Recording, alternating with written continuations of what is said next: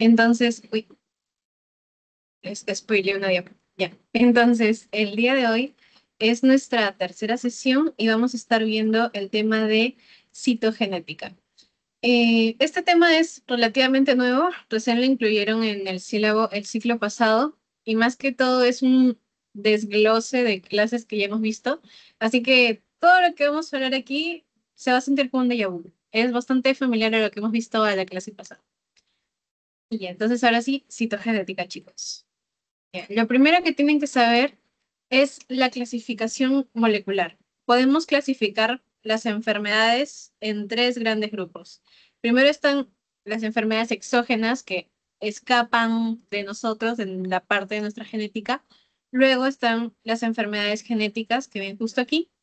Y por último, las complejas o multifactoriales, que ya las vimos, que son una suma de genética más lo que sucede a lo largo de nuestra vida, lo que consumimos, si hacemos, por ejemplo, ejercicio, si no hacemos ejercicio, etcétera, etcétera, ¿no? Si fumamos, si bebemos alcohol.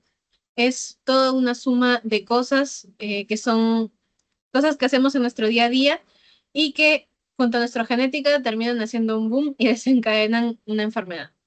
Y ahora, lo que más nos importa para este curso, pues las enfermedades genéticas. En primer lugar, tenemos las enfermedades genéticas de acuerdo al tipo celular. Tenemos las germinales y las somáticas. Las somáticas es cuando la alteración genética se localice en cualquier célula de nuestro cuerpo que no sea sexual. Y bueno, las germinales es cuando la alteración se localiza en las células sexuales, sean espermatozoides o sea, en el caso de la mujer, el ovocito secundario, después óvulo. ¿Ok?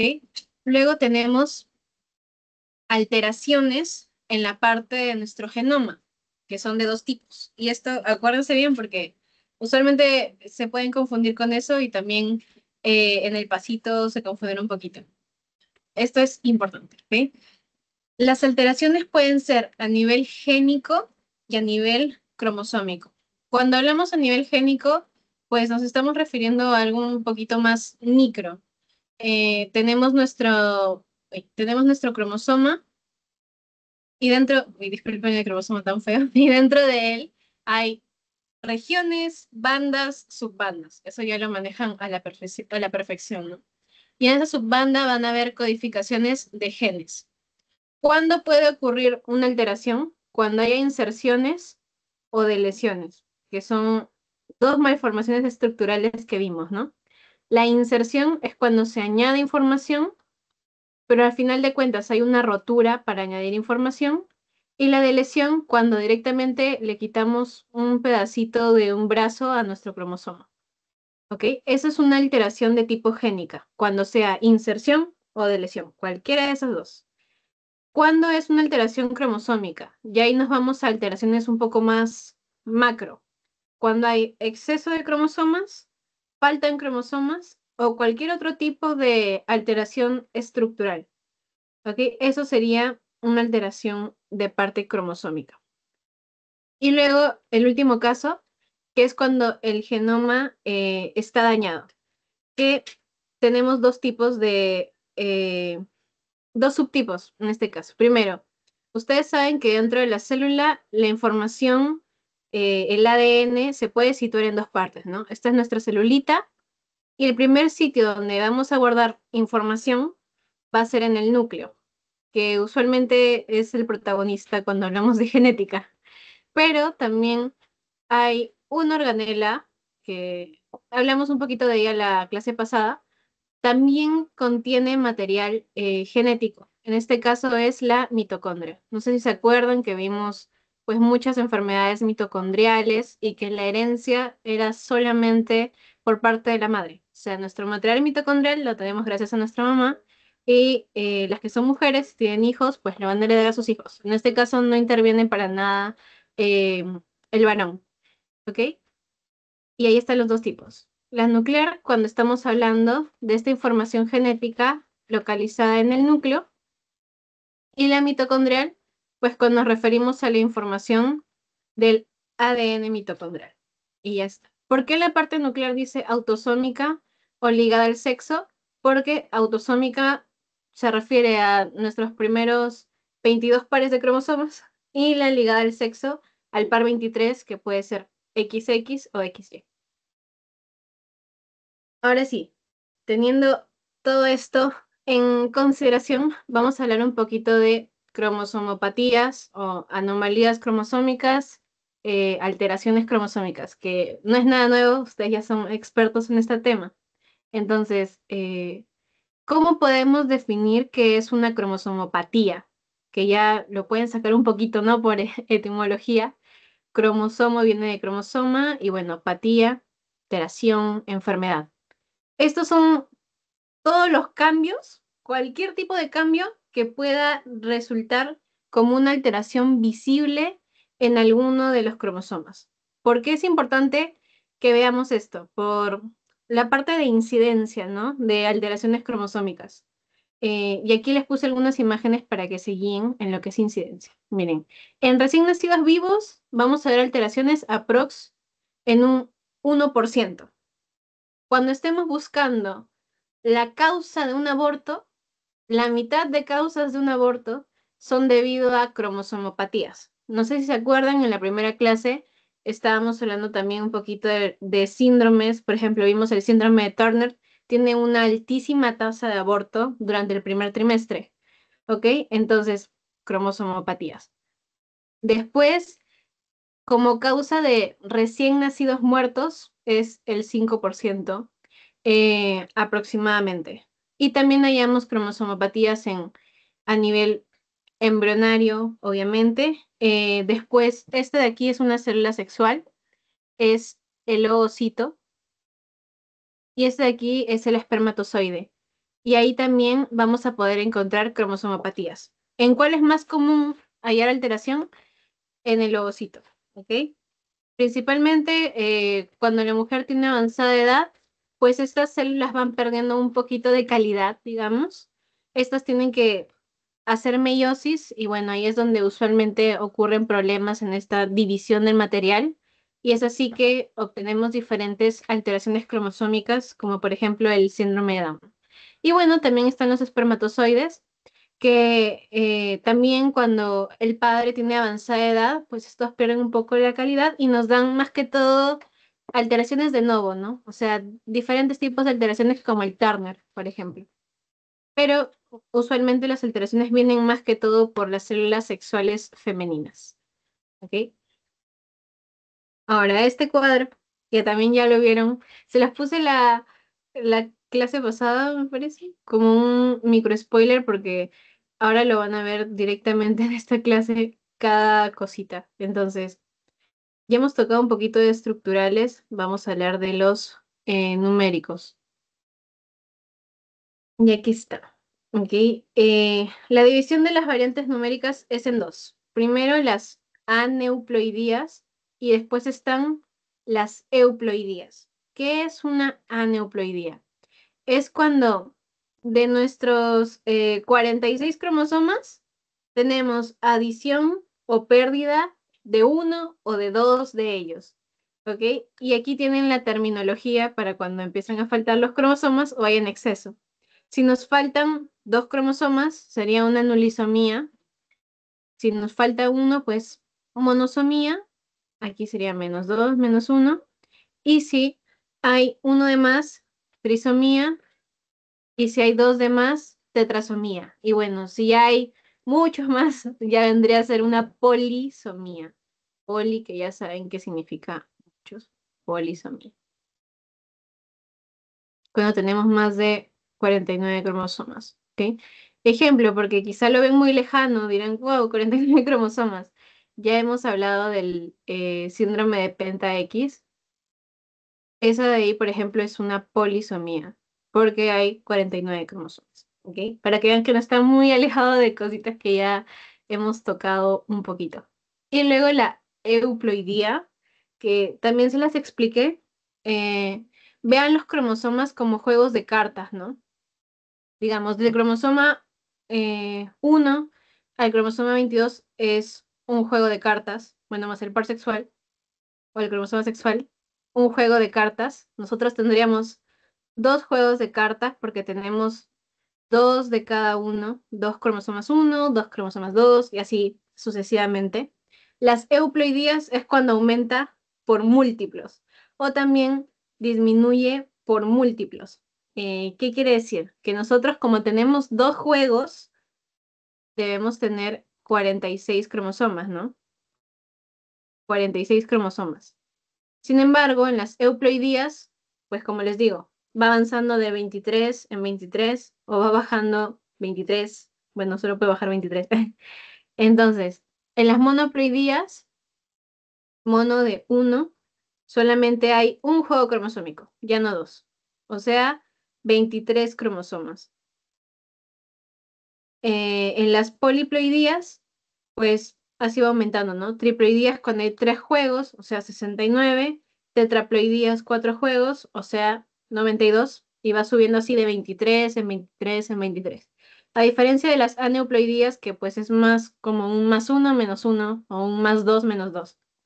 ¿Ok? Obviamente las euploidías son más graves y también incompatibles con la vida.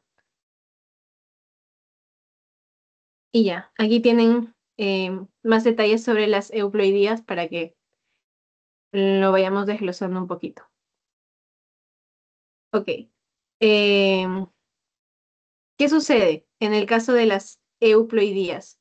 Tenemos dos tipos. Primero, lo que es la diandria, que se hereda toda la información cromosómica del padre. Normalmente debería heredarse 23 de la madre, 23 del padre. En este caso, se heredaría de uno de los padres todo el juego, o sea, 46. Y si lo suman, pues nos da 69 cromosomas. Ahí ya tendríamos una euploidía. Cuando es del padre, se le conoce como diandría. Y cuando ocurre esto, en el caso de la madre, pues se le conoce como diginia. También puede pasar que no hereda de la madre o del padre y solamente se queda con todos los cromosomas de uno de los padres. ¿Ok?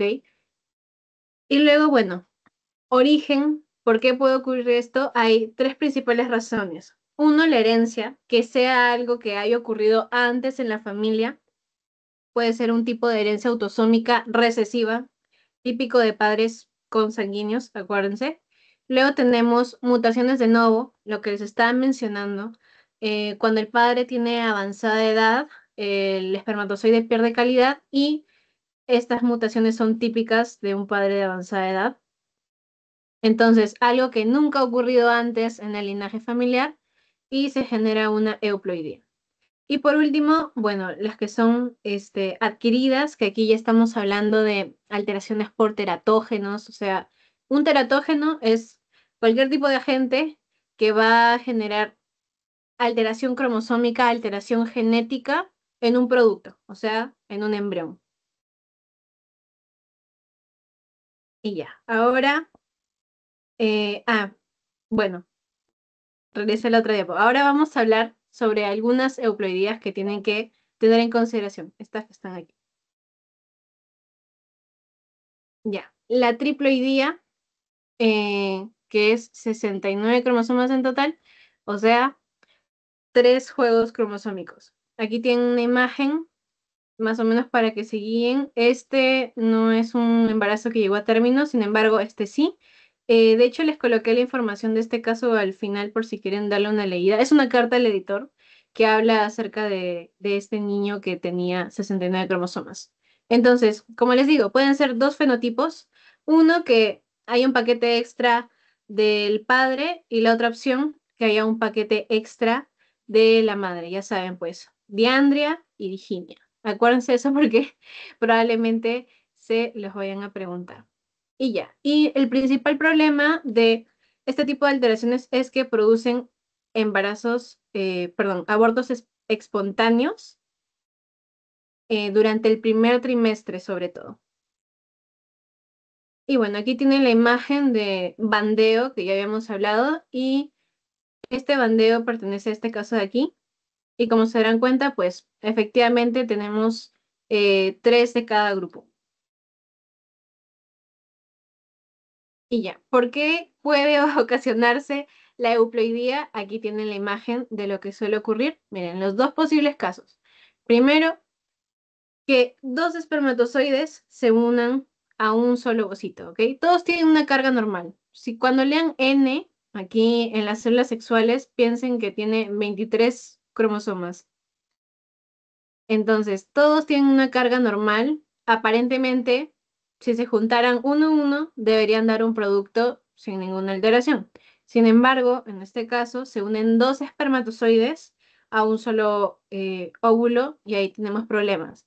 ¿Por qué? No es que esto resulte en gemelos, no sé por qué. A veces algunas personas piensan que los gemelos idénticos resultan de un óvulo, dos espermatozoides. En realidad, no ocurre así.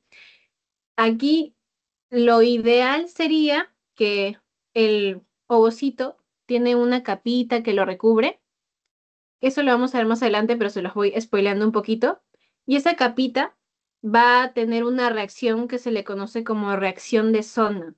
Entonces, eso va a hacer que cualquier espermatozoide que haya llegado en segundo, tercer, cuarto lugar sea eliminado, sea cruelmente decapitado y muera, y no puede entrar al óvulo. Y solamente entre el primero que llegó. Puede ocurrir que esto falle. Entonces, es así que dos espermatozoides ingresan y tenemos lo que es la poliespermia. Poliespermia, lo voy a escribir. Poliespermia y nos dan este tipo de resultados. ¿Ok? Otras opciones, bueno, ya padres de avanzada edad, la célula ya está cansada, ya quiere jubilarse, entonces ya está alterada. Miren, aquí tenemos el caso de la alteración en la célula materna, ya tiene una doble carga. Eso quiere decir que no se dividió adecuadamente y evidentemente esto va a conllevar a un producto con una euploidía. Y aquí también lo mismo, pero en el caso de la célula paterna. Y bueno, aquí tienen los casos de la tetraploidía. ¿Qué sucede aquí? Que normalmente el producto se unió adecuadamente, o sea, un óvulo y un solo espermatozoide. Pero acuérdense que cuando se produce esa unión entre ambos, se forma lo que es, pues, el huevo o cigoto, como prefieran decirle, y este huevo cigoto tiene una gran capacidad mitótica. Tiene que dividirse y dividirse para formar pues todo lo que conforma el embrión y más adelante el feto, ¿no? ¿Qué sucede? Que hay casos muy extraños en los que ocurre algo llamado endomitosis. Ustedes en biología ya se deben saber de memoria el ciclo celular, seguramente. Lo que va a ocurrir aquí es que en la mitosis hay una parte del proceso que se llama la citocinesis, que es que las celulitas pasan de estar así y ¡fua! Se separan y ya tenemos dos células, ¿no? En este caso no ocurre eso y eso se le llama endomitosis. Entonces, ¿se duplica el material? Sí.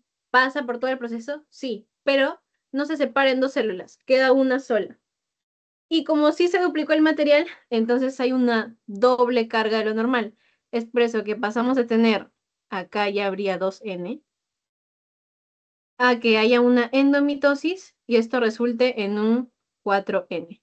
O sea, en una tetraploidía, que son 92 cromosomas. Obviamente, chicos, muy raro de ver e incompatible con la vida. Y aquí tienen en el cariograma el bandeo para los curiosos. Ahí pueden ver todos los grupos. En este caso es un varón, miren, tiene dos cromosomas Y, dos cromosomas X y ya está. Eso sería esta parte de aquí. Ahora vamos a ver las... Uy, antes de continuar, casi se me pasa. ¿Tienen alguna pregunta en esta parte? ¿O algo que no les haya quedado muy claro que quieran que les vuelva a repetir? Eh, disculpa, en la triploidía, en la B y la C dijiste que era porque ya las células están ya muy viejas, ¿no? Ya no, Sí, o y sea, ya. vamos a ver un poquito Y más adelante gametogénesis. Entonces, la célula antes de pasar por la fecundación tiene que irse dividiendo, ¿no? Entonces, cuando la célula ya es muy mayor, pues pierde calidad y no se divide adecuadamente. No sé si se acuerdan, en vivo habían dos procesos, uno era mitosis y el otro es meiosis. Entonces, las células sexuales pasan por este de aquí, la meiosis, antes de que ocurra la fecundación. Y a veces no se dividen bien y es por eso que ocurren estos problemas. ¿Algo más me ibas a comentar? Discúlpame que te interrumpí. Ah, el, por qué estaba el 2N? Se me fue esa parte. Es que Ah, no en se la visualiza célula en la sexual. imagen. Sí, sí.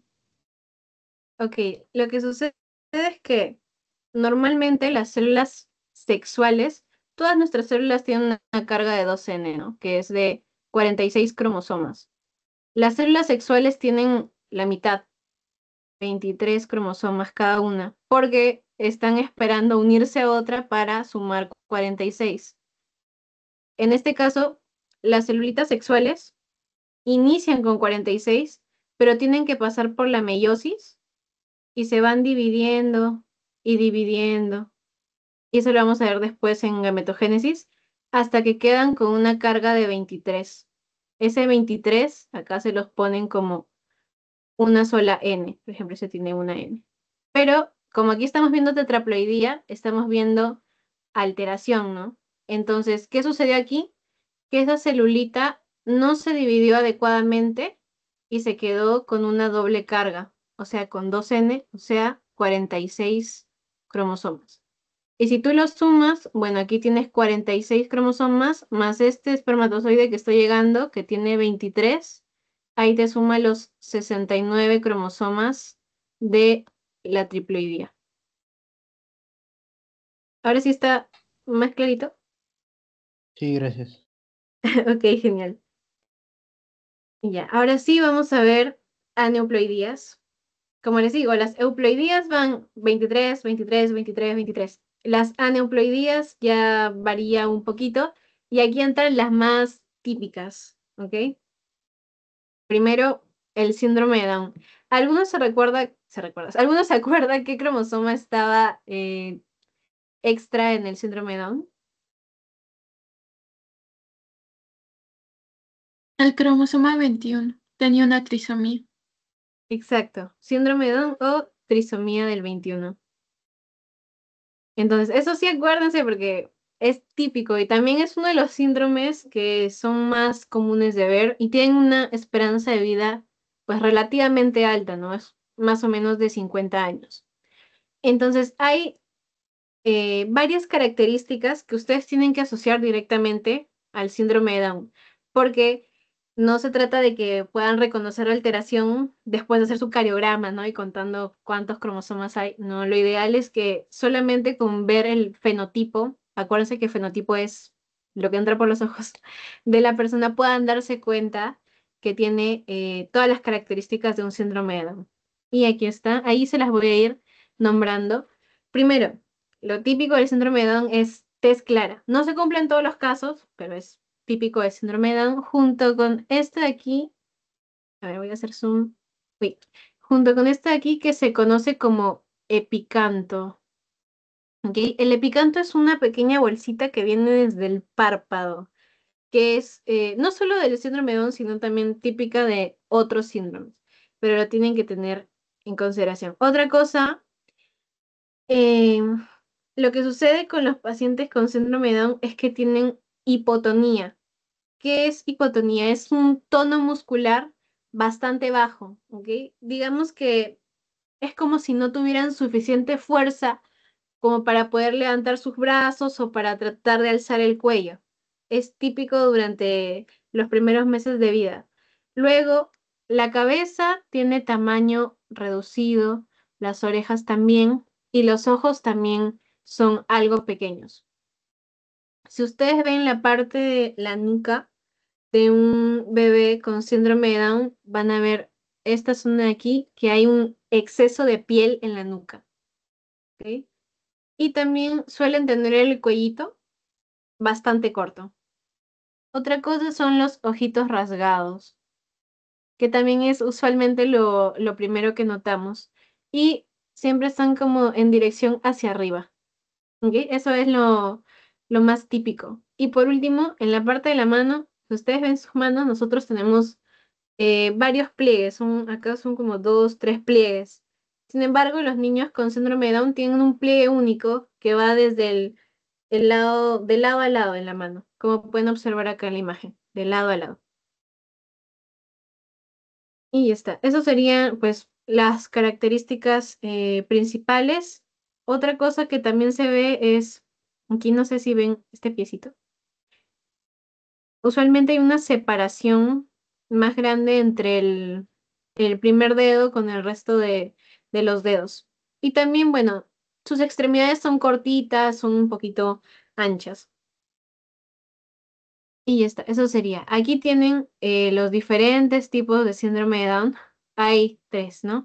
La trisomía libre, la translocación y el mosaicismo. La trisomía libre es cuando directamente hay un más 21, o sea, hay un cromosoma extra en todas las células.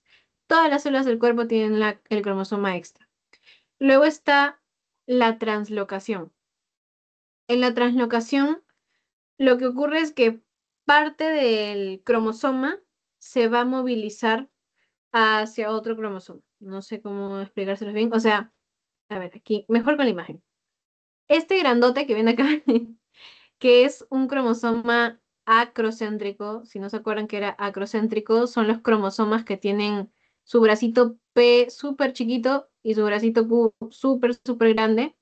Entonces, este de aquí grandote es el cromosoma 14. Y ese chiquitito problemático es el cromosoma 21. ¿Qué sucede? Que los cromosomas acrocéntricos son los más terribles de todos los cromosomas porque les encanta perder su bracito P. Siempre hay alteraciones y se separa el brazo P, se pierde. ¿Y qué sucede? Que los cromosomas también, pues, les fascina unirse entre sí. Entonces, en este caso, lo que va a ocurrir es que el cromosoma 21 pierde su bracito P y el cromosoma 14 también y ¡pum! Se unen y hacen el real cromosoma, un cromosoma de gran, gran tamaño. ¿Ok? Eso es lo que ocurre en la translocación. Se pierde parte del material y después ¡pum! Se unen, como ven en el dibujito. El 14 y el 21. ¿Por qué no con otros cromosomas? Porque no sé si, a ver, aquí hay una imagen. Ya. No sé si se dan cuenta, pero la mayoría de nuestros cromosomas son metacéntricos o son submetacéntricos. Por ejemplo, miren, todo este grupo es de grupo C y todos son submetacéntricos. Hasta el cromosoma X es metacéntrico. El Y es el problemático porque es muy pequeño y es acrocéntrico. Entonces, usualmente se unen a este grupito de acá, que son acrocéntricos. ¿Ok? Y es por eso que ocurre este problema de aquí, que es la translocación. No es tan común como la trisomía libre, pero también sucede. Y por último, el mosaicismo, que el mosaicismo sí lo hemos tocado un poco.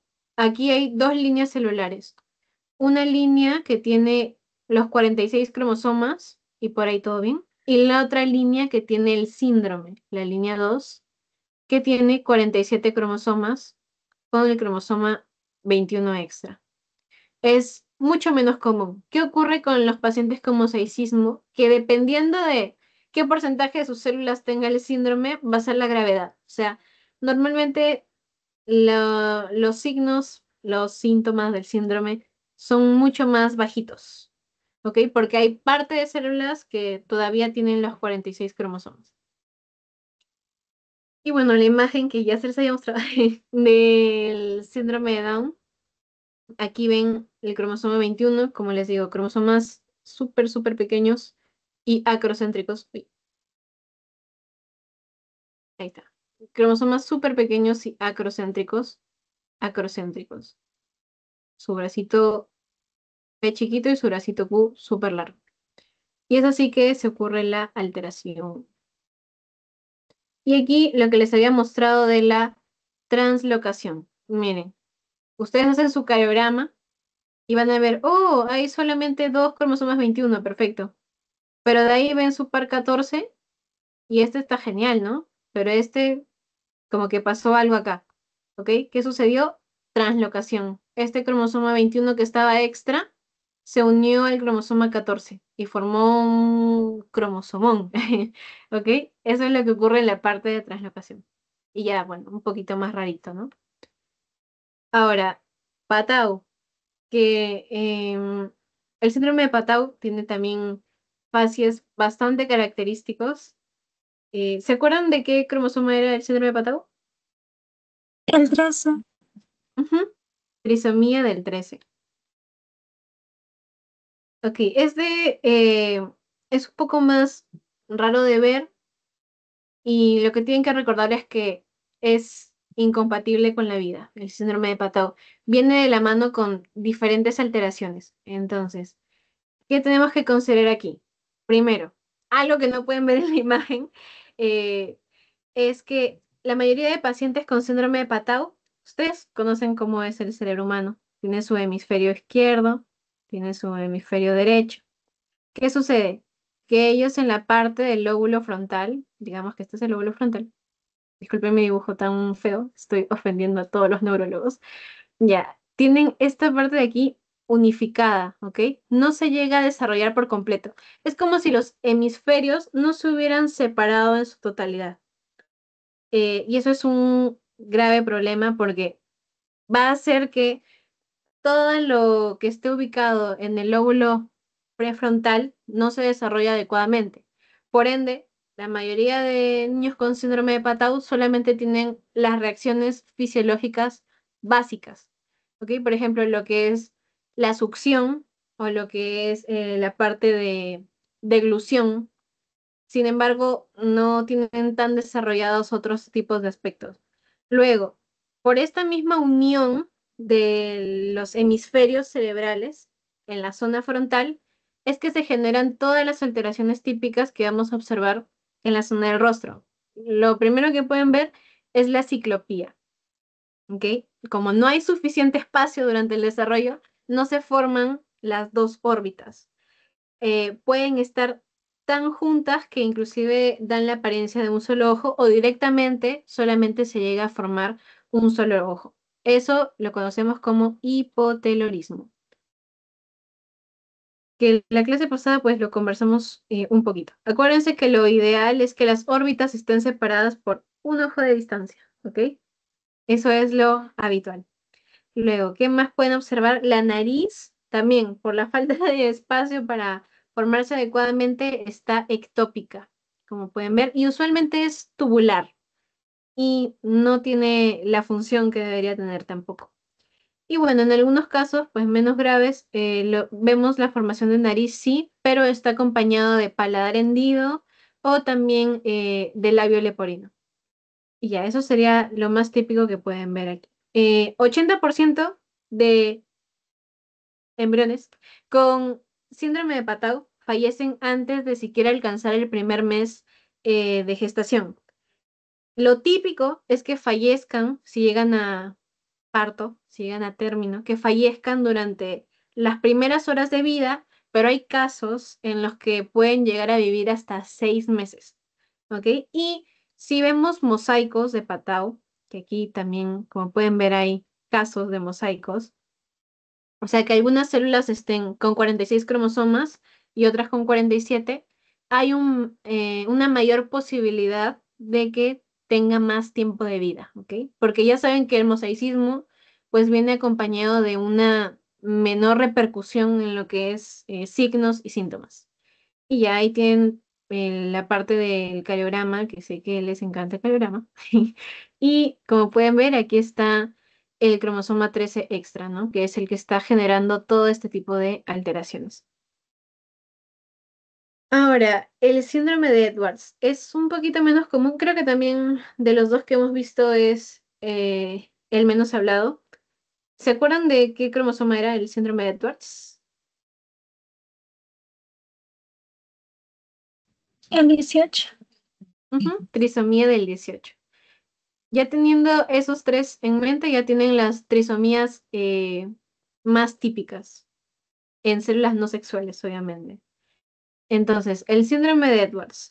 Ya, las características, lo primero que tienen que tener en cuenta es la tez. Usualmente tienen tez bastante clara y suelen tener hipertonía, que es lo opuesto a lo que estábamos viendo en la parte de el síndrome de Down. Ok, ¿cómo se traduce eso a signos, Ali? Porque tú me dices hipertonía y me dices, sí, mucho tono muscular, pero yo cómo sé que tiene mucho tono muscular. Ya, estos pacientes al poco tiempo de nacer ya pueden sostener su cabecita.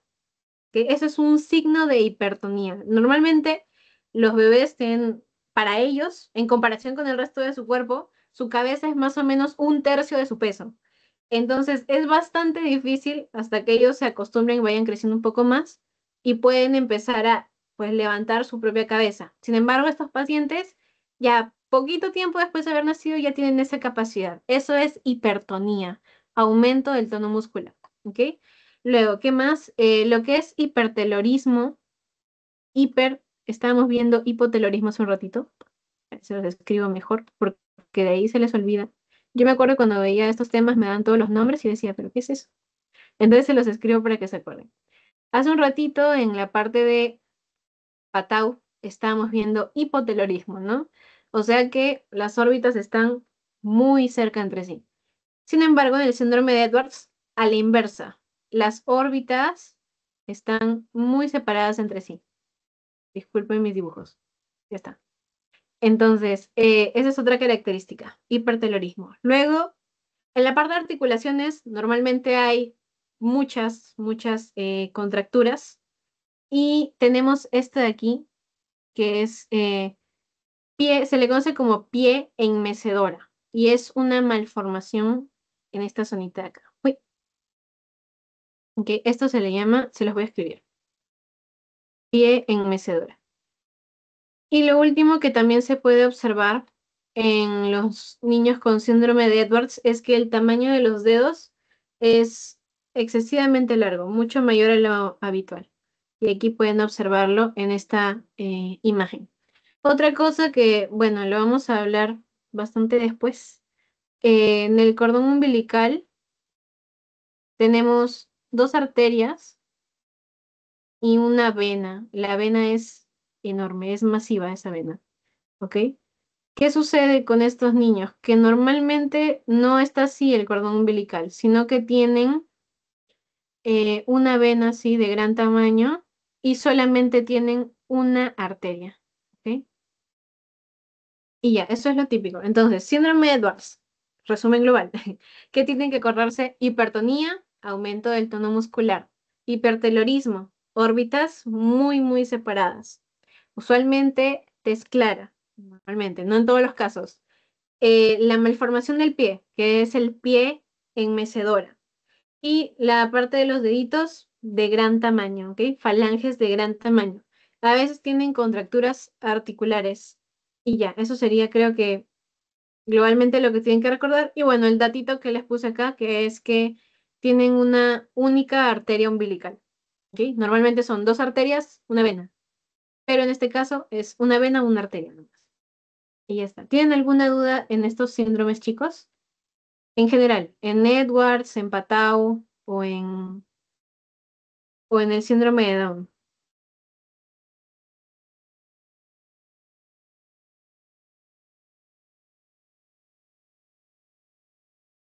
¿no?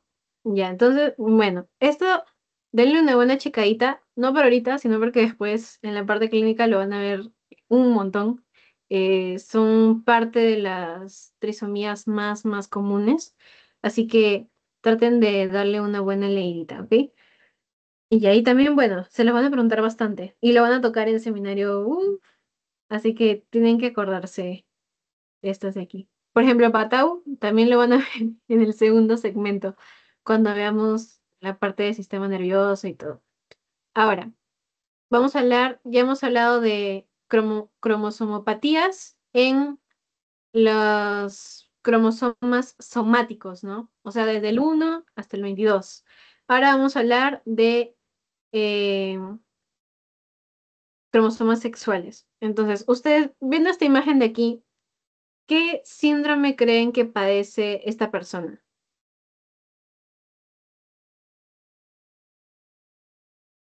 ¿Verdad? Exacto, Turner. ¿Cómo te diste cuenta de que era Turner? Por el cuellito. Ujú. Típico de Turner. Siempre que ven una paciente, mujer, baja estatura y la piel excesiva en la zonita del cuello, ya está, ya la tienen.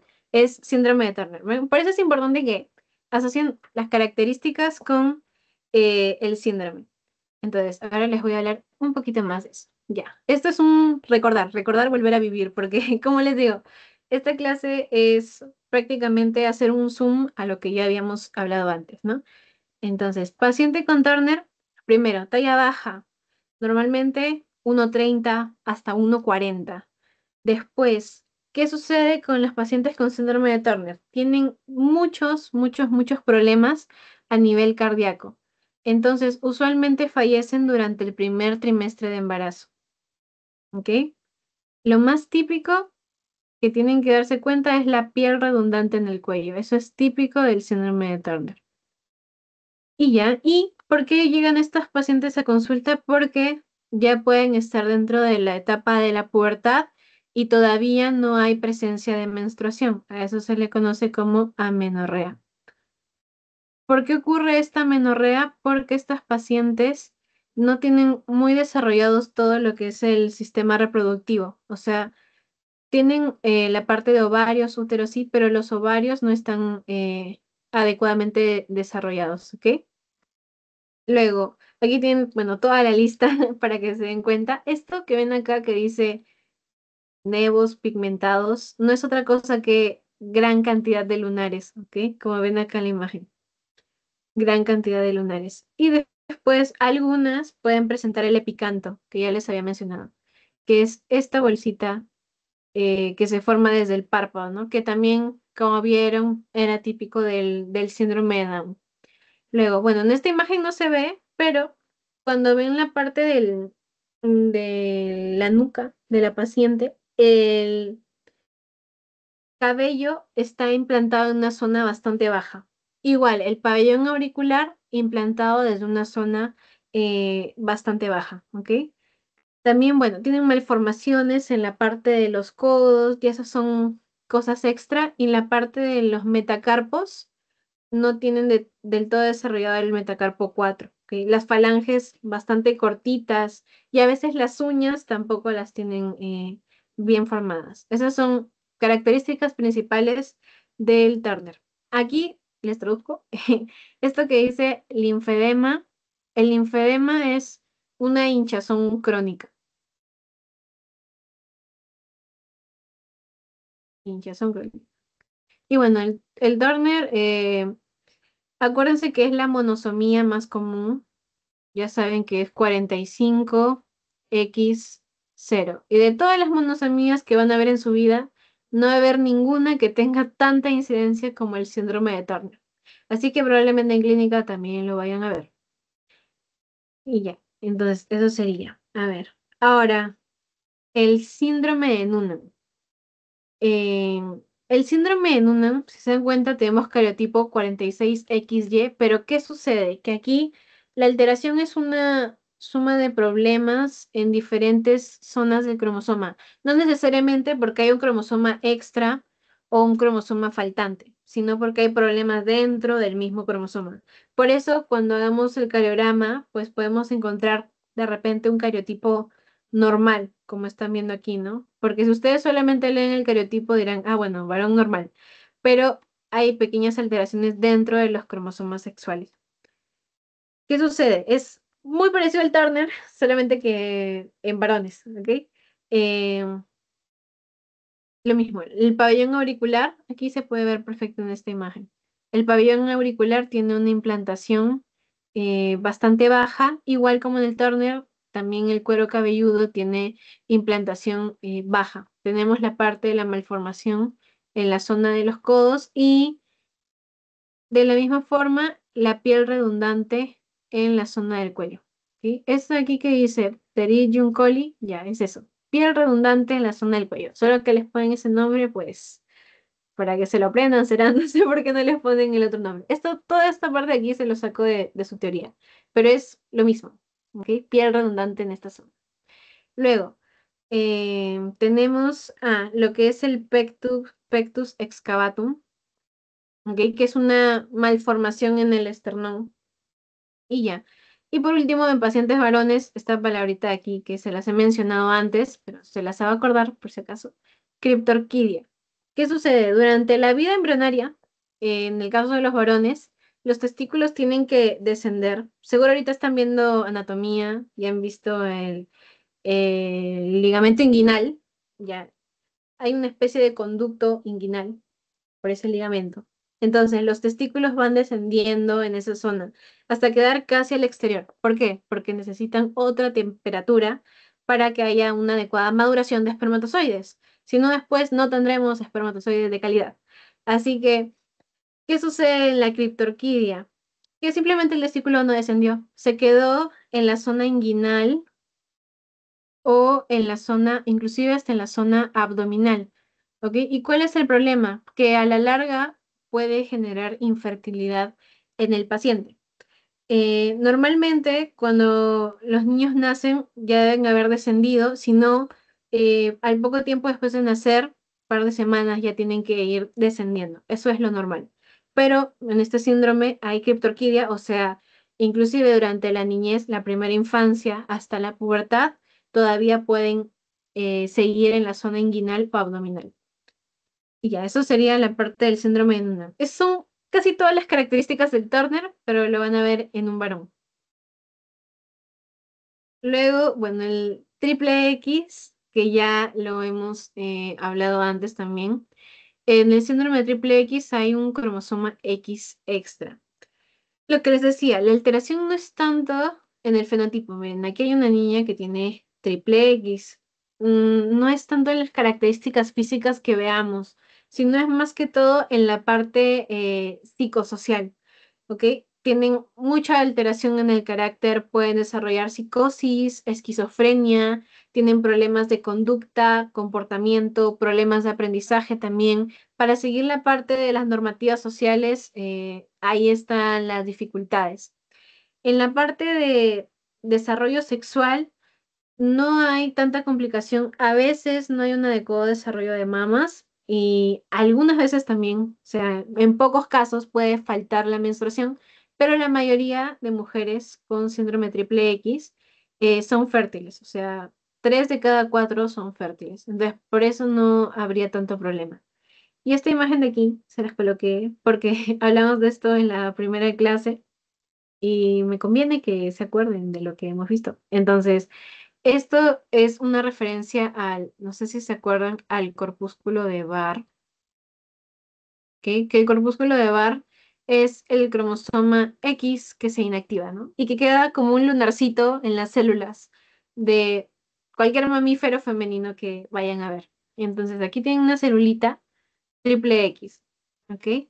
¿Qué quiere decir? Que en este caso se inactivaron 2 cromosomas X y vamos a tener entonces 2 corpúsculos de Barr que están aquí. Miren, aquí está el primer lunarcito y aquí abajito está el segundo lunarcito. Esos son los 2 corpúsculos de Barr de este síndrome. Ahora, el Penta X. El síndrome de Penta X también ya lo hemos visto. Se los voy a mencionar rapidito. Lo primero, bueno, tiene el cariograma y la primera alteración que tienen que ver es el pie equinóvalo, que es una deformación, ¿ok?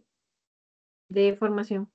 ¿Por qué les hago hincapié en la palabra? Porque es diferente a malformación. Deformación es cuando, es como digamos, durante la etapa embrionaria mi mano se formó adecuadamente. O sea, tengo los 5 dedos y tengo cada uno de los huesos que deberían estar en la zona, ¿no? Sin embargo, durante la vida fetal, pues la mano se malformó y puede quedar, por ejemplo, de esta forma, ¿ok? Eso es una deformación. En este caso, el pie equinóvaro es una deformación porque están todos los huesos del tarso, están formados cada uno de los dedos, sin embargo, tiene una posición anormal que dificulta la función del pie, ¿ok? Eso es una deformación.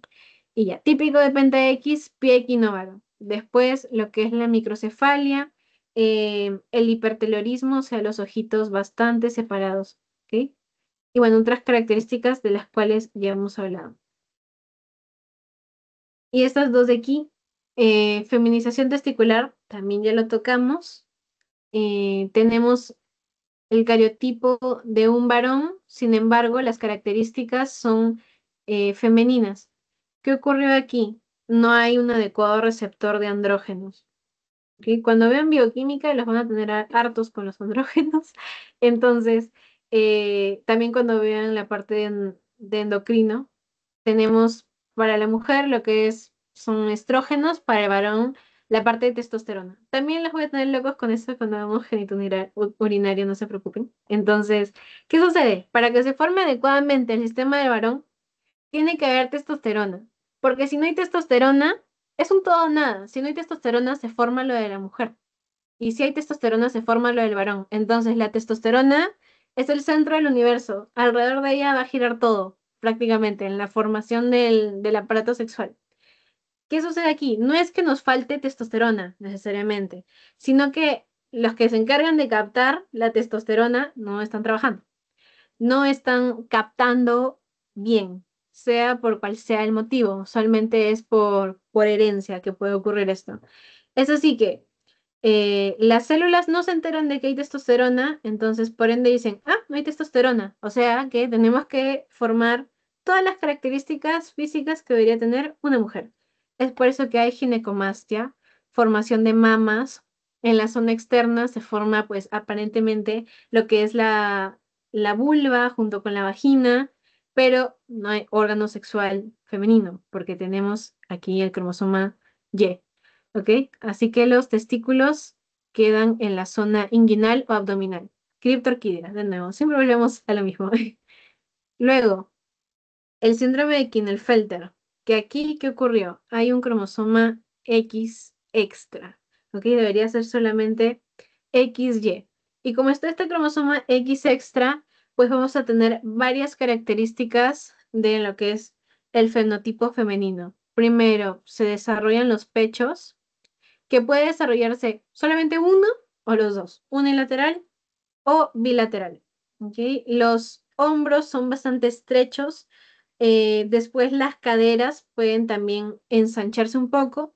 Y características femeninas, ¿no? O sea, la falta de vello facial también es típico y altera en la parte del sistema reproductor sexual, porque los testículos no se desarrollan adecuadamente y puede haber infertilidad.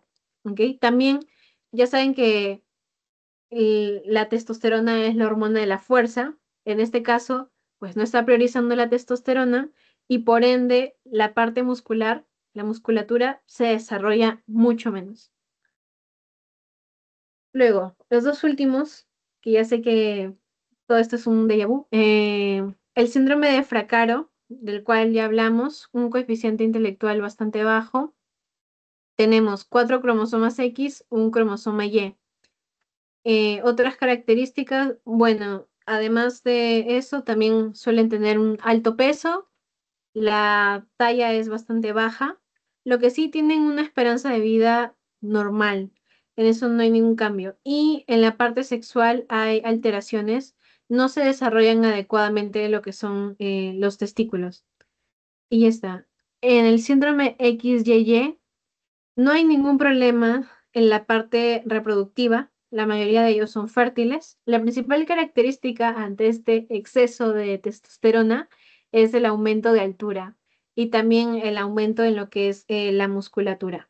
Las alteraciones vendrían, así como en el síndrome em, de triple X, sería principalmente en el comportamiento social.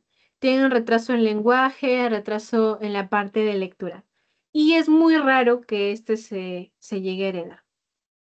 Ahora, lo sustancial, ¿por qué es que llega a ocurrir esto? Justo lo que les estaba explicando hace un ratito de las células sexuales. Este es un proceso de meiosis, ¿ok? Entonces, imagínense que esto es el camino que debe ocurrir. Este es el canon, ¿ok? Entonces, la célula sexual empieza así, de esta manera. Tiene 46 cromosomas de doble cromátide, ¿ok? Ah, liquera cromátide. Ya se acuerdan del cromosoma que tiene sus dos bracitos, ¿no? Este es el brazo 1, digamos, y este de aquí. Y este de acá es el brazo 2. Eso es doble cromátide. Que se vea así, como un cuerpito. ¿Ok? A eso se le conocen como las cromátides hermanas. Entonces, así parte la célula. Normalmente pasa por su primera meiosis. Y aquí vamos a tener 23 cromosomas de doble cromátide. ¿Ok? Como están viendo en la imagen. y tenemos dos células. 23 cromosomas doble cromátide, 23 cromosomas doble cromátide. Y después tienen que pasar por una segunda división. Y en esta segunda división quedamos en 23 cromosomas de una cromátide. Por eso parece un palito, ¿ven? Ya no tiene doble cromátide. Y eso es lo que debería ocurrir. Lo ideal es lo que ocurre en las células sexuales jóvenes, ¿no? Por eso, pues también hay un periodo ideal para poder, para que pueda haber una fecundación adecuada y que no haya riesgos con el producto. Entonces, hay alteraciones de dos tipos. Lo primero que puede ocurrir, porque hay dos zonas de riesgo, ¿no? Dos zonas que pueden fallar. Uno, la primera meiosis o la segunda meiosis. O sea, es como si no fallas acá, pues puedes fallar en la otra. Doble riesgo. Y aquí está lo que puede ocurrir. Miren, si ocurre en la primera meiosis, aquí no va a haber división. Este material va a quedar sin nada. Y este de aquí va a tener todavía 46 cromosomas con doble cromátide. Y después, cuando se vuelva a dividir, pues va a quedar con 46 cromosomas con una cromátide. Entonces ahí es donde se puede producir la alteración. Y luego, este de aquí que va a quedar pues totalmente vacío, sin información. De ahí es donde van a salir las nulisomías o las monosomías. Luego, ¿dónde puede ocurrir la otra alteración? En la segunda meiosis. Acá teníamos 23 cromosomas de doble cromátide. Y lo normal es que se dividan y que queden de una sola cromátide. Sin embargo, no ocurre y aquí vamos a tener, pues, de nuevo, nuestros 23 cromosomas de doble cromátide. Y ya está. Eso es lo que ocurriría prácticamente. O sea, hay una doble carga, por así decirlo. Y si eso ocurre, pues obviamente vamos a tener una aneuploidía o podemos tener una euploidía, dependiendo de dónde ocurra la alteración, ¿no? Ahora, ya casi, creo que para cerrar prácticamente, la parte de variaciones estructurales, que se las voy a decir súper rápido porque ya las hemos visto. Todas las hemos visto en la clase pasada. Pero bueno, esta clase, como les digo, es especificar cada una de ellas prácticamente. Son todas estas, me encantan estos GIF porque siento que resumen todo, hacen todo más fácil. Entonces, vamos una por una. Primero, la deleción. ¿Qué ocurre en la deleción? Hay ruptura de un cromosoma, hay pérdida de un material, ¿ok? Entonces, tenemos dos problemas acá. Primero, que hay una zona rota y segundo, que hay información que ya tenemos que dar de por sí por perdida. Esto, ¿cuál es el principal problema? Que van a generar un fenotipo anormal en el paciente y también puede producir alteraciones en la parte metabólica, porque ¿qué sucede si justo en la zona que se perdió se está codificando una proteína sumamente importante? Entonces puede tener ese doble camino, ¿ok? Lo primero, la terminal, que también hemos hablado de ella, hay una única ruptura, si se dan cuenta, justo en esta zona, es una sola ruptura. Entonces se pierde un extremo del cromosoma. ¿Cuál es el problema de esto? Que a veces cuando pierden parte del extremo, el cromosoma va a querer unirse a otro, ¿ok? Ese es el principal problema de esta de aquí. Luego está la deleción intersticial, que en la intersticial hay dos roturas, miren, rotura 1 y rotura 2, ¿ok? Tenemos dos roturas que pueden afectar otras regiones del cromosoma y se pierde la información que está entre estas dos roturas, ¿no? Y por último, en anillo, aquí también tenemos dos roturas en los extremos del cromosoma. Y ya saben que en los extremos del cromosoma están los famosos telómeros, que los telómeros son repeticiones de bases y estas repeticiones de base sirven para que el cromosoma no se una a sí mismo, ¿sí? Y si las perdemos, pues, ¿qué es lo primero que va a hacer el cromosoma? Va a correr a unirse a sí mismo. Entonces, pega la parte de su cabecita con sus pies y es así que terminamos teniendo un cromosoma en anillo. Aplicación. Aquí tienen alteraciones para que sepan. Primero, el síndrome de Cray-Duchat. ¿Por qué se llama así? eso en español, disculpe mi francés tan terrible, significa llanto de gato. Es por el llanto que tienen los bebés que presentan esta alteración, ¿no? ¿Y por qué sucede? Porque hay una deleción. Y ya está. Específicamente, la deleción se da en el cromosoma 5. Yo sé que ustedes ya son expertos en leer esto de aquí, pero igual se los voy a leer. Miren, el cariotipo es 46 cromosomas. ¿Hasta ahí estamos bien? Ya. En este caso estamos hablando de una niña y la deleción del cromosoma 5. Y bueno, ahí nos especifica dónde es que ocurrió esta lesión. En este caso sería en el brazo P, que es el primer bracito, en la región 1, banda 5 y en la subbanda 2. ¿Ok? Justo en esta zona de aquí. Ahí es donde ocurrió la lesión terminal. Y bueno, aquí tienen otro ejemplo que les mencionan en su teoría, que es el síndrome Wolff-Hirschhorn. Perdón si lo pronuncio mal. Luego, el retinoblastoma. El retinoblastoma se puede dar por una lesión intersticial. Y ahí tienen exactamente la ubicación. Este de aquí es el cromosoma 13. Y bueno, se pierde cierta zona. En este caso, la pérdida es en el brazo Q. ¿Ok? Aquí tienen la zona de la pérdida desde la subbanda 1 hasta la subbanda 2. Y se pierde un pedacito. Y bueno, también esos dos casos de aquí, que ya los vimos en la clase pasada, el síndrome de Prader-Willi y el síndrome de Angelman, que lo vimos cuando estábamos hablando de impronta genómica, que es una zona del cromosoma 15 del padre o de la madre que codifica algo en específico y va a terminar afectando pues a nuestro fenotipo. Eso lo pueden dar una chequeadita en la clase pasada. Y ahí el cromosoma en anillo, que les puse esta imagen para que me crean que sí sucede el cromosoma en anillo. Como ven aquí, los cromosomas tienen su telómero, telómero. Es por eso que permanecen derechitos y no se unen a sí mismos. Sin embargo, aquí, como siempre, los cromosomas acrocéntricos son los que nos generan problemas. Entonces, pierde la zona de los telómeros y se une a sí mismo formando un anillo. Entonces, cuando vean eso en su cariotipo, lo van a ver con una R. ¿R de qué, Alicia? Ya, R de ring, porque siempre nos manda el inglés. R de ring. Y ya. Y ahí especifica exactamente en qué cromosoma ocurrió y pues qué zona a qué zona se unió. Luego, inversiones. Ya conocen ambas. Lo que sucede aquí es, primer paso, una ruptura, ¿ok? Por ejemplo, acá hay doble rotura, miren. Y el segundo paso es que esta información se va a insertar en el mismo cromosoma. O sea, se rompe, pero dice, ahí voy a regresar. Y se vuelve a unir. Pero esta vez volteada, ¿ok? Por ejemplo, miren, acá está la rotura y se gira y se vuelve a unir al mismo cromosoma.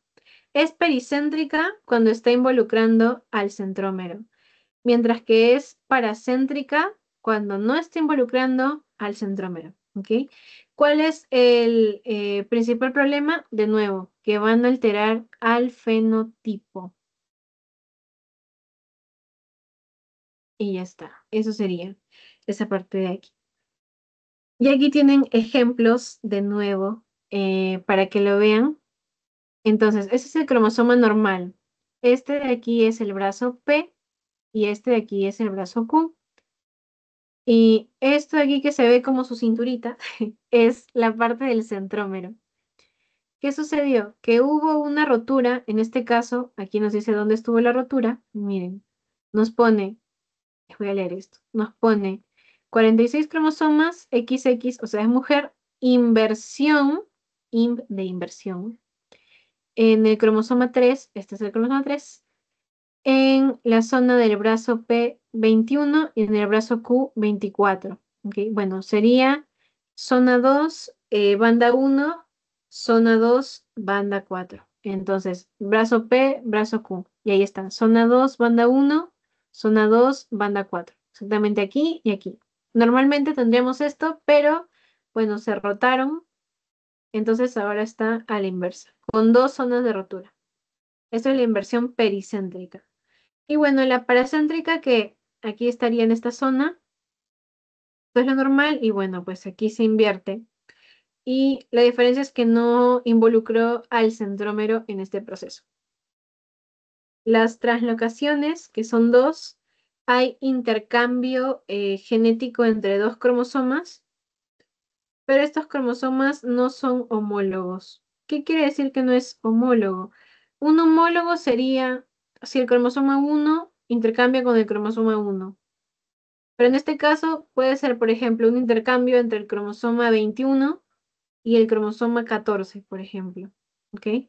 Están intercambiando material y no son homólogos. Eso es lo que ocurre en la translocación. Dos tipos. La recíproca. Cuando das esperando algo a cambio, este cromosoma chiquito le da parte de sí mismo, pero le dice al cromosoma grande, ya, tú también tienes que devolver información. Y así intercambian entre los dos. ¿Ok? Y luego la robertsoniana, que es típica de los cromosomas acrocéntricos.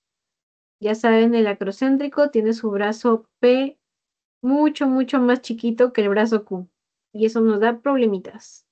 Pierden la zona del brazo P y se une a otro cromosoma que también sea acrocéntrico. Y aquí tiene la imagen, nuevo para que me crean, en la parte de translocación. Una que sí tienen que tener en cuenta y que vi que le preguntaron, no sé si el ciclo pasado o el anterior a ese, pero es una translocación de tipo recíproca que siempre la van a ver que es de la leucemia mieloide y crónica, ¿ok? ¿Qué sucede? A esto se le conoce como cromosoma Filadelfia y son dos cromosomas que les encanta compartir su información entre ellos y son el 9 y el 22. Ahí lo tienen abajo. Acuérdense bien de esos dos porque eso ha venido como pregunta de examen. ¿Ok? Leucemia mieloide crónica tiene cromosoma Filadelfia. Intercambian el 9 y el 22. Se cambian de información. Y aquí les puse la imagen para que vieran. El 9 es el más grandecito y el 22, como siempre, de los problemáticos de los acrocéntricos.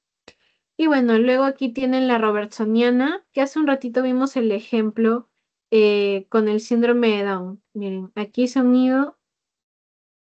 unido un cromosoma acá y se ha pegado en esta zona de aquí del cromosoma.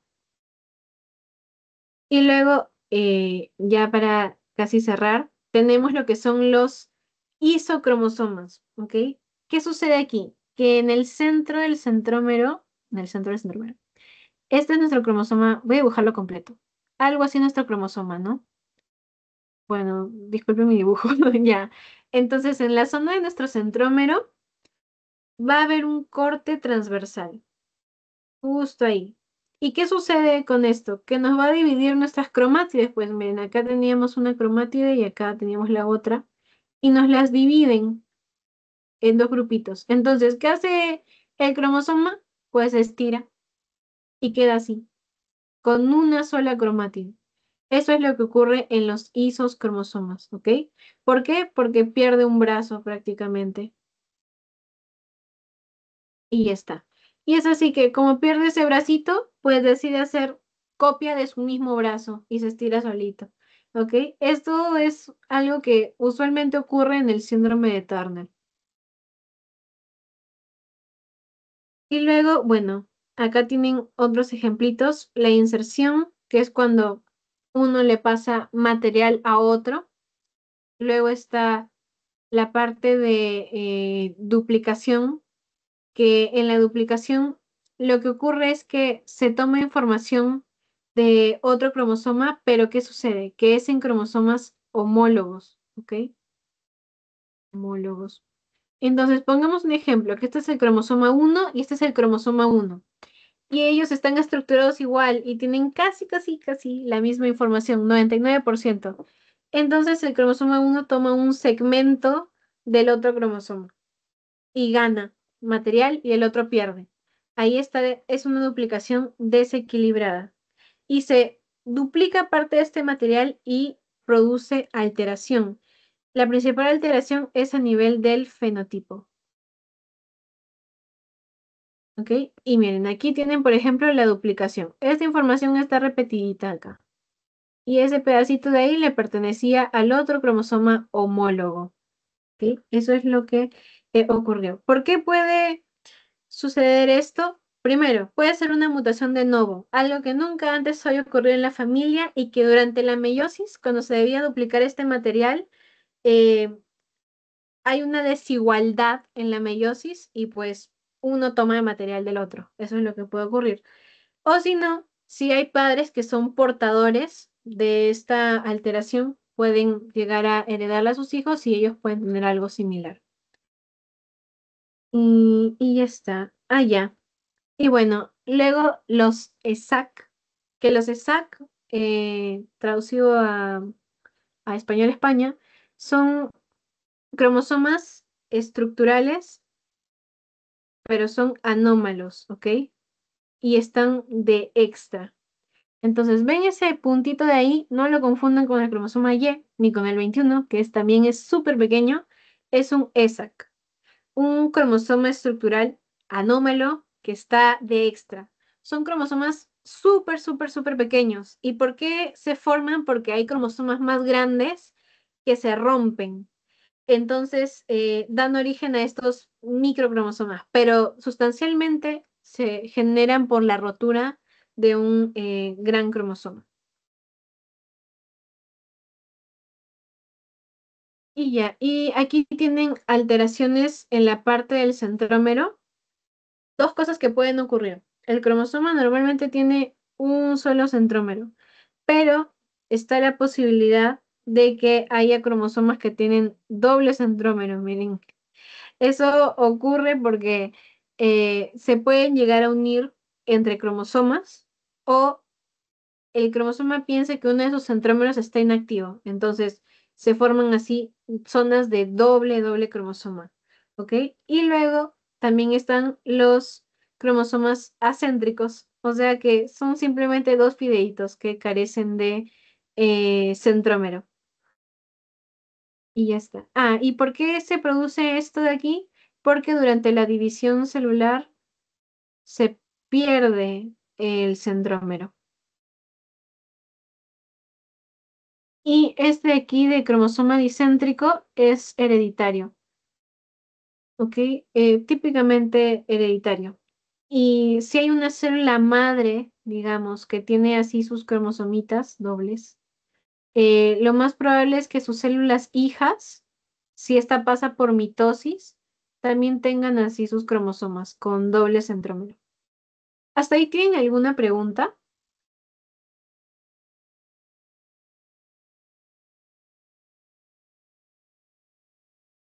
¿Puedes repetir lo que es la robertsoniana? Por favor. A ver, voy. Por acá está la robertsoniana. Ya, ok. Ya, acuérdense que tenemos, bueno, tres tipos de cromosomas, ¿no? Los cromosomas que son los metacéntricos, que tienen sus dos bracitos iguales, estos de aquí. Los submetacéntricos, que tienen un bracito más pequeño. Y luego están los acrocéntricos, que tienen un bracito P súper pequeño y el bracito Q enorme. Cuando hablemos de translocación robertsoniana, siempre estamos hablando de cromosomas acrocéntricos. ¿Ok? ¿Qué sucede aquí? En la zona de nuestro cromosoma, uy, a ver, voy a hacer un zoom. Ya, voy a dibujarlo mejor, ¿ok? En la zona de nuestro cromosoma acrocéntrico, que luce algo así, de hecho, este bracito debería ser más pequeño, tenemos una zona en los bordecitos que se le llama telómero.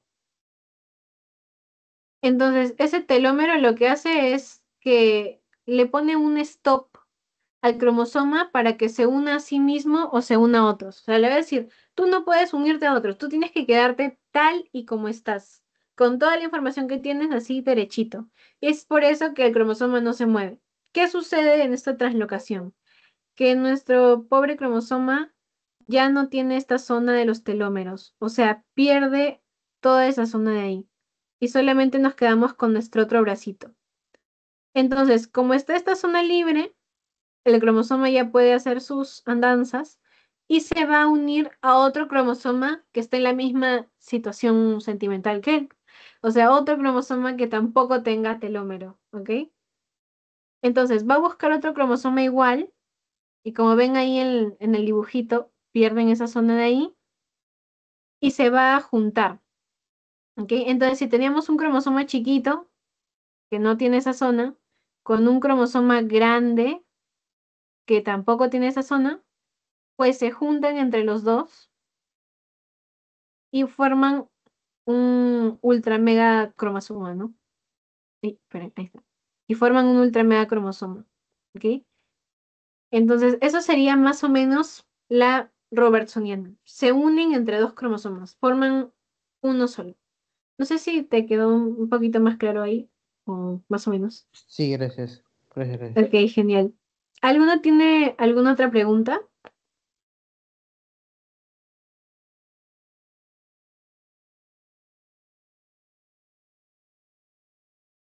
¿No?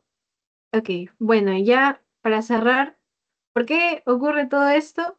Eh, ¿Por qué hay roturas, selladuras, alteraciones? Principalmente por teratógenos, ¿ok? Como les digo, un teratógeno es cualquier cosa, cualquier factor que puede producir alteración en la parte de ADN, sea, digamos, sea radiación, sea tabaco, sea alcohol, sea contaminación ambiental, por ejemplo.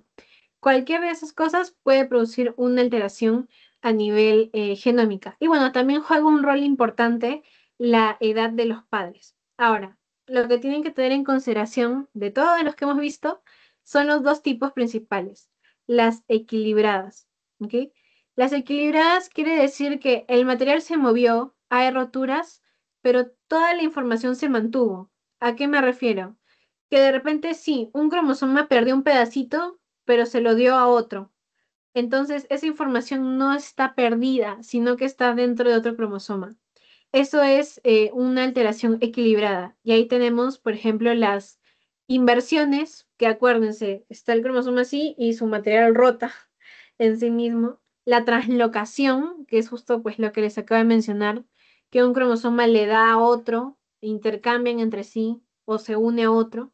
Las inserciones y los mosaicismos. Esas son equilibradas, porque dentro de todo, pues seguimos contando con todo el material genético. No está donde debería, pero está todo. Y las desequilibradas, que es cuando ya hay una pérdida de material. Estas son un poquito más graves, ¿ok? Em, las desequilibradas de lesión, se pierde un pedazo de material. Anillo, cuando el cromosoma se une a sí mismo. Después las duplicaciones, que es entre cromosomas homólogos. Y bueno, el isocromosoma, que es este de aquí que habíamos visto.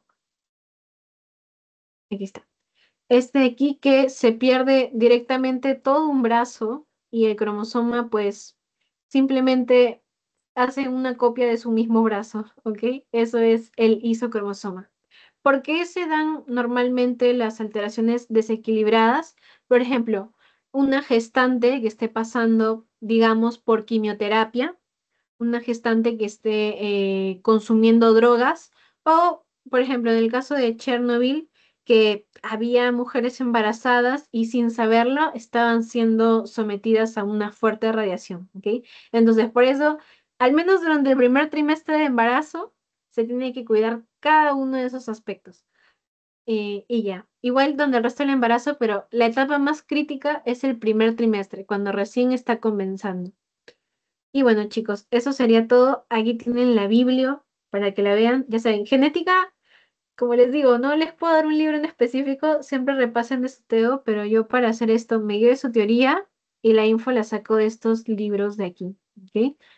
Después, si quieren ver el caso de la chica con Turner, es este link de aquí. Si quieren ver el caso de ese bebé que tenía triploidía completa, que es bastante raro, aquí está el link para que le den una chiquedita. Y bueno, todas las imágenes de los cromosomas pues están aquí. También me parece que les explican un poquito, por si no me dejé entender mucho, ya tienen el link ahí que los auxilie. Igual cualquier cosa me pueden avisar. Y ya chicos, eso sería todo por el día de hoy. Muchísimas gracias por la paciencia. Entonces, voy a dejar de compartirles y les voy a enviar el link de su